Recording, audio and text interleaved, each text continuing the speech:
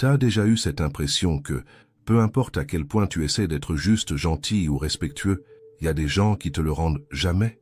Et pire, plus tu fais des efforts pour être sympa, plus ils en profitent. À la fin, t'as ce goût amer dans la bouche, comme si t'étais invisible, utilisé, voire carrément humilié. Si ça te parle, faut que je te dise un truc super important. Le respect, ça ne s'arrache pas à coups de cris. Ça s'impose avec de l'attitude. Et personne ne pigeait mieux ça que les stoïciens. La philosophie stoïcienne, c'est pas de tout accepter en silence ou de détourner le regard devant l'injustice. C'est une question de maîtrise de soi, de force intérieure et de réponse intelligente qui déroutent et désarment ceux qui essaient de t'écraser ou de te rabaisser.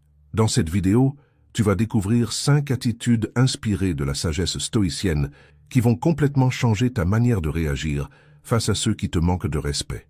Pas de réponses agressives, pas de manipulation foireuse, juste des attitudes simples, profondes et ultra efficaces qui montrent, sans même parler, que tu te respectes. Et quand tu te respectes, le monde commence à te prendre au sérieux.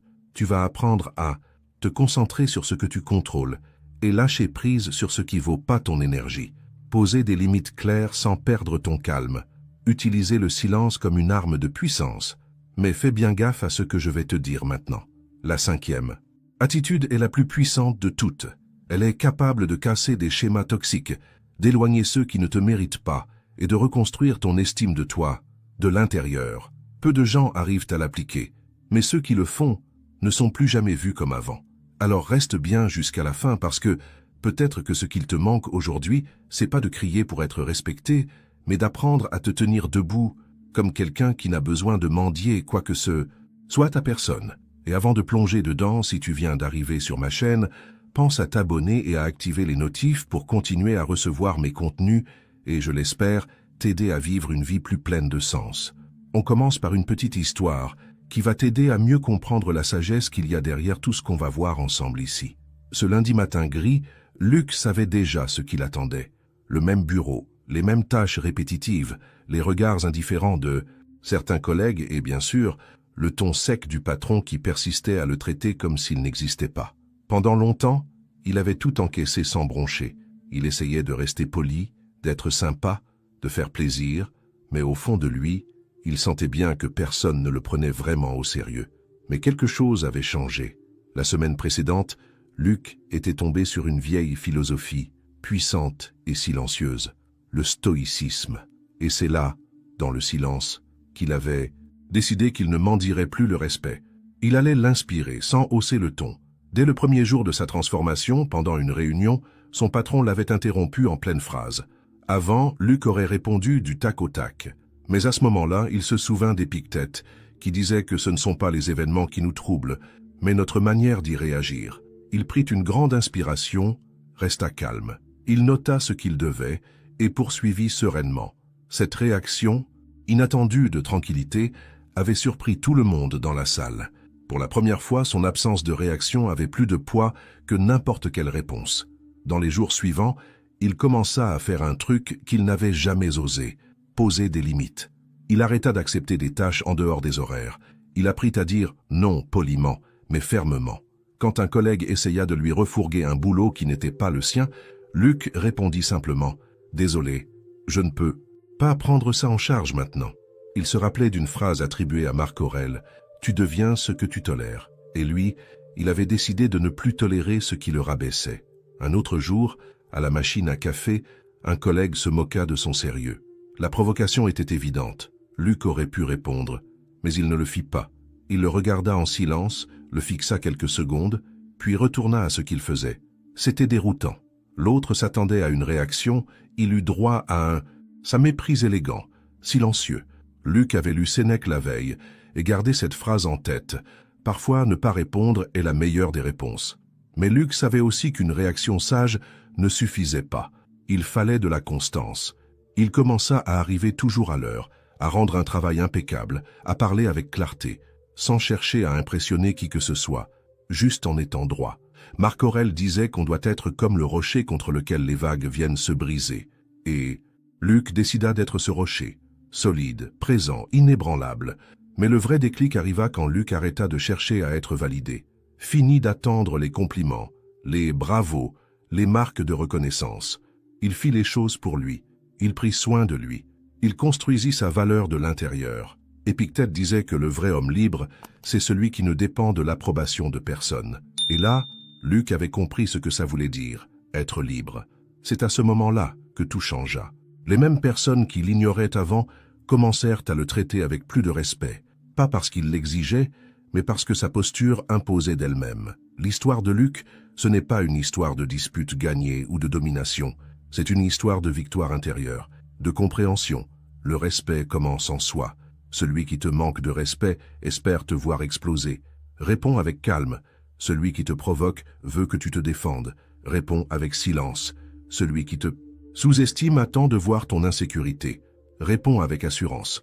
Au final, personne ne peut te prendre ce que tu décides de protéger avec ton attitude. Et le respect, quand il naît en toi, il ne dépend plus jamais de personne. Et maintenant, passons aux 5 leçons qui vont t'aider à désarmer ceux qui ne te respectent pas. Première leçon, maîtrise tes réactions. Celui qui crie perd le contrôle. Beaucoup pensent que la force est chez celui qui parle plus fort, chez celui qui impose son avis à coups de gueulante, ou chez celui qui explose en premier dès qu'on le provoque. Mais pour les stoïciens, la vraie force, c'est de rester impassible quand tout autour cherche à te faire sortir de tes gonds.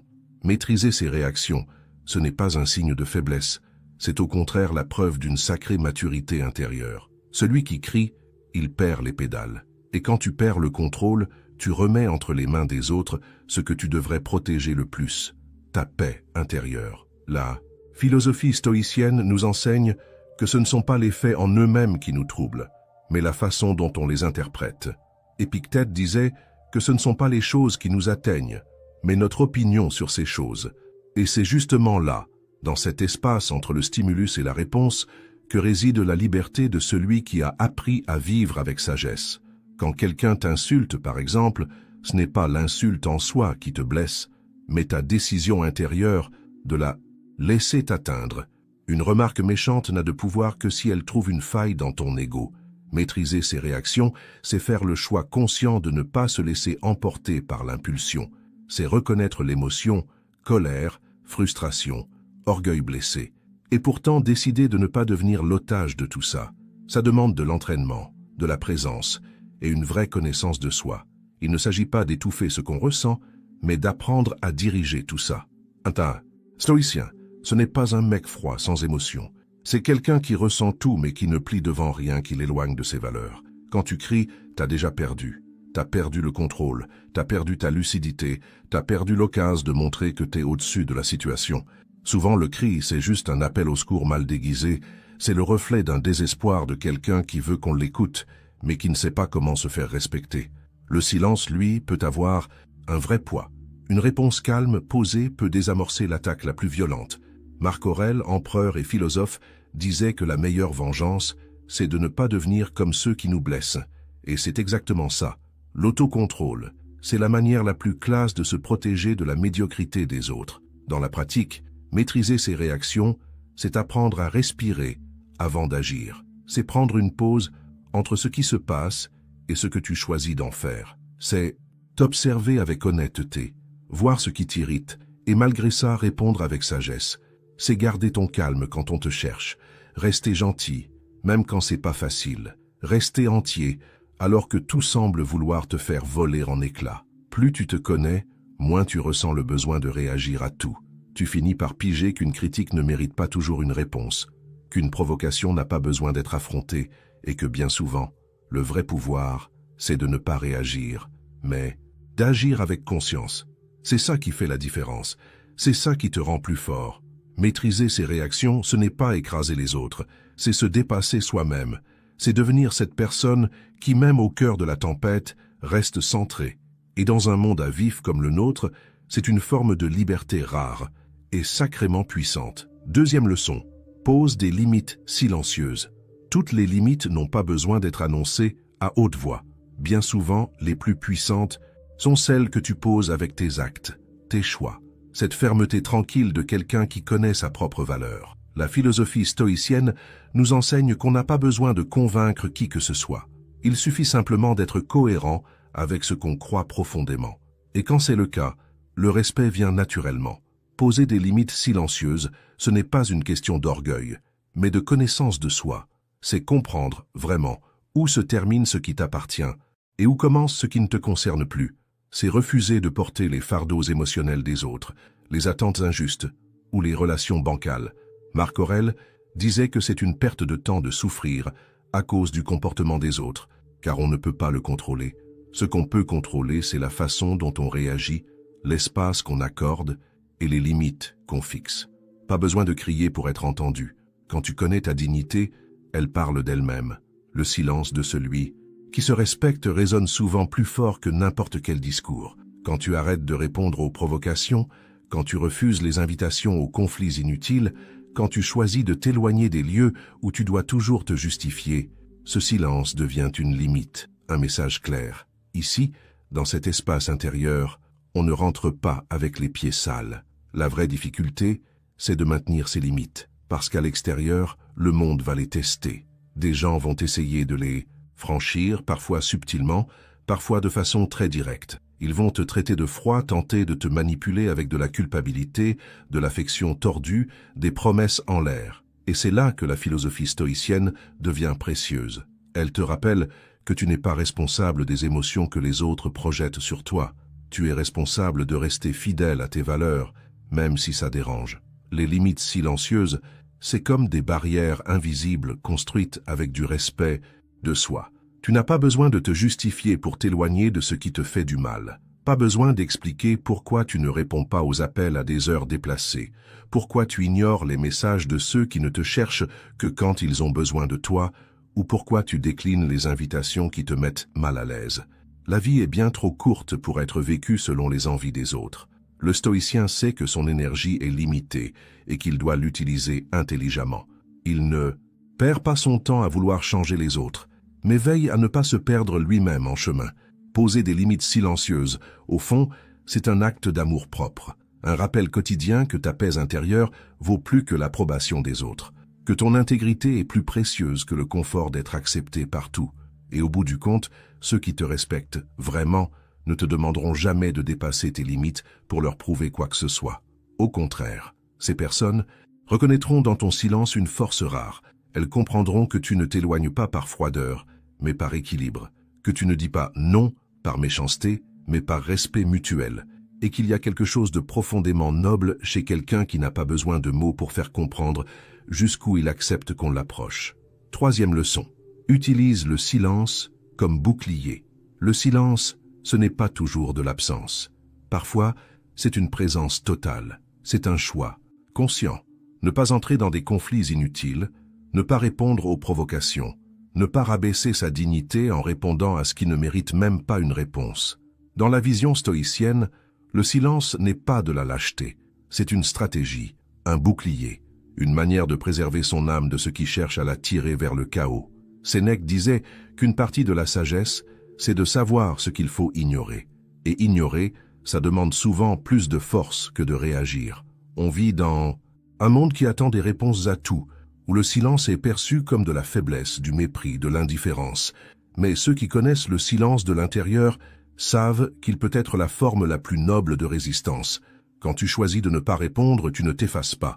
Tu économises ton énergie, tu protèges ta tranquillité d'esprit et tu refuses de donner du pouvoir à ce qui n'en a pas.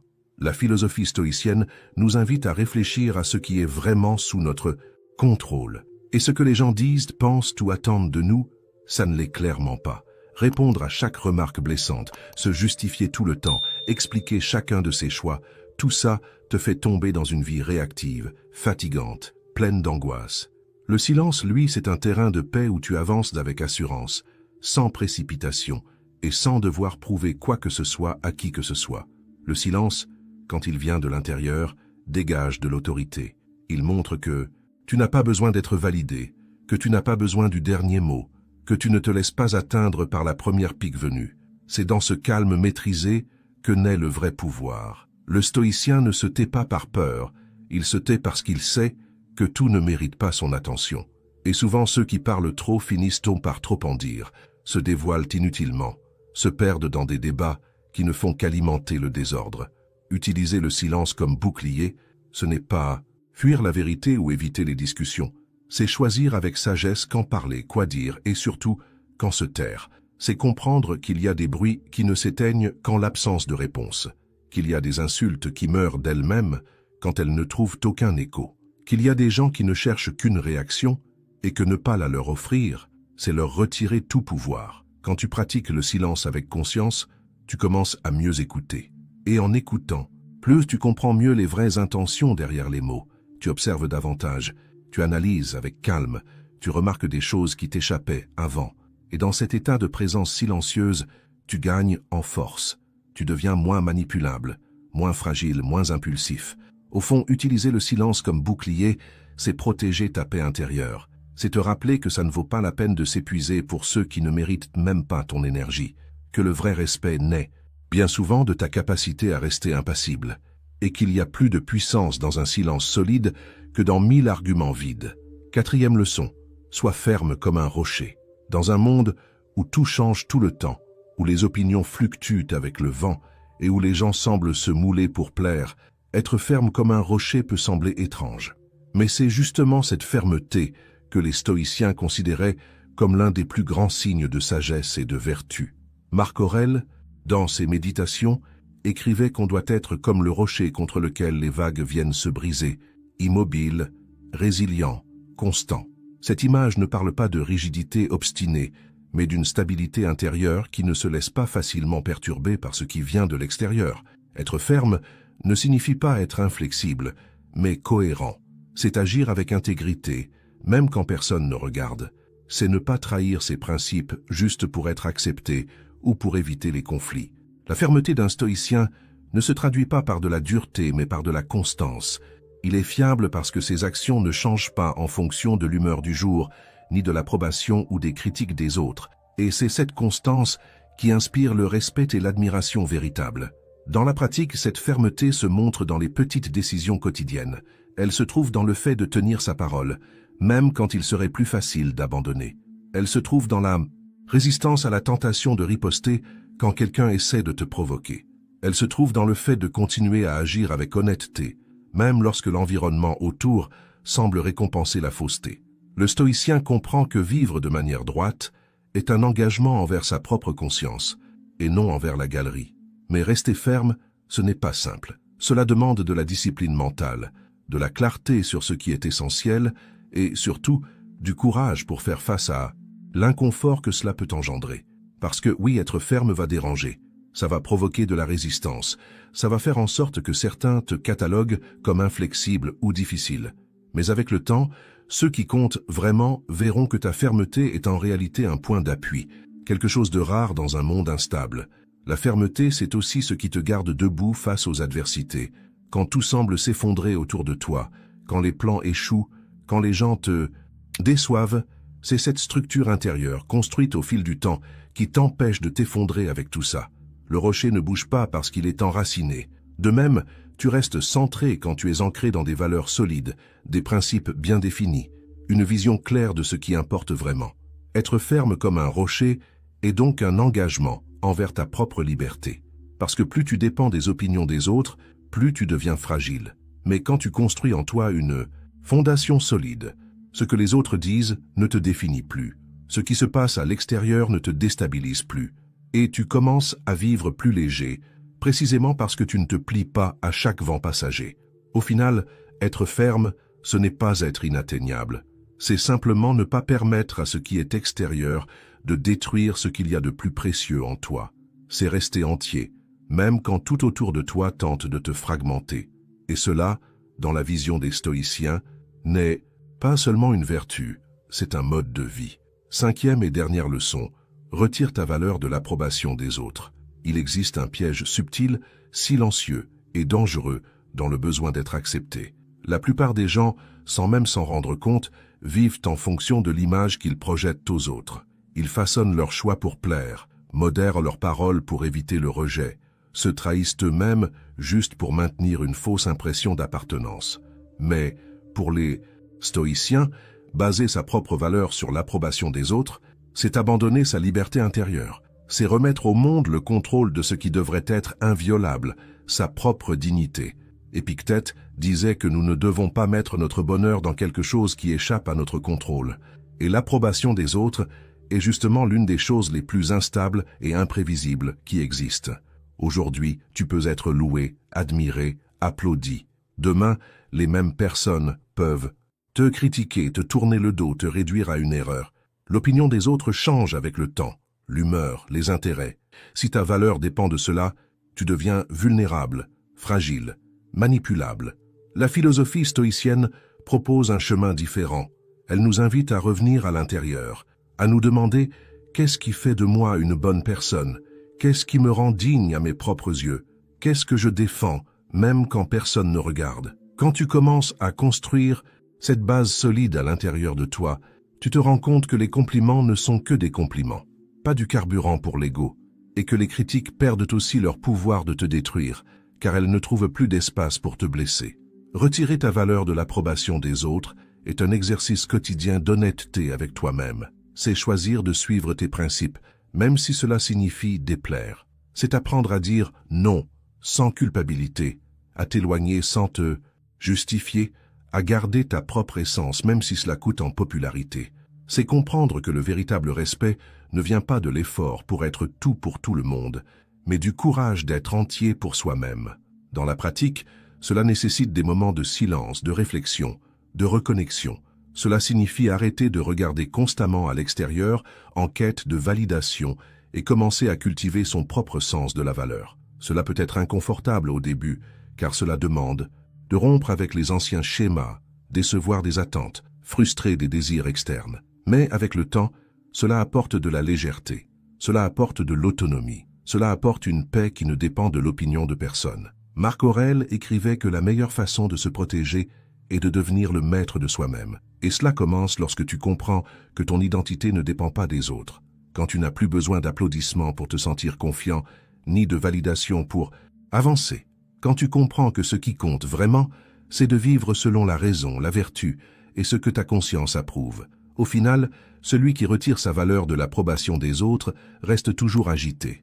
Mais celui qui l'a construit à l'intérieur de lui vit avec fermeté, parce qu'il sait que ce n'est pas ce que les autres disent qui le définit, mais ce qu'il est, même dans le silence, même dans la solitude, même sans témoin. Si tu es arrivé jusqu'ici, je tiens à te féliciter. Sincèrement, peu de gens s'engagent à aller jusqu'au bout en réfléchissant, en absorbant et en cherchant la sagesse pour vraiment améliorer leur vie. Cela te place déjà sur un chemin différent, plus conscient, plus ferme et plus vrai. Chaque leçon que tu as entendue ici n'est pas juste une jolie théorie. C'est une invitation à la transformation, un appel silencieux pour que tu prennes en main ta vie avec sagesse et courage. Si quelque chose qui a été dit ici t'a touché, t'a fait réfléchir ou t'a rappelé une situation, partage-le avec moi dans les commentaires. Je lis tout avec attention. Et si tu ne sais pas quoi écrire, tape simplement « Gratitude ». Ainsi, je saurai que tu as été avec moi jusqu'à la fin. Et bien sûr, si ce contenu t'a parlé, abonne-toi à la chaîne.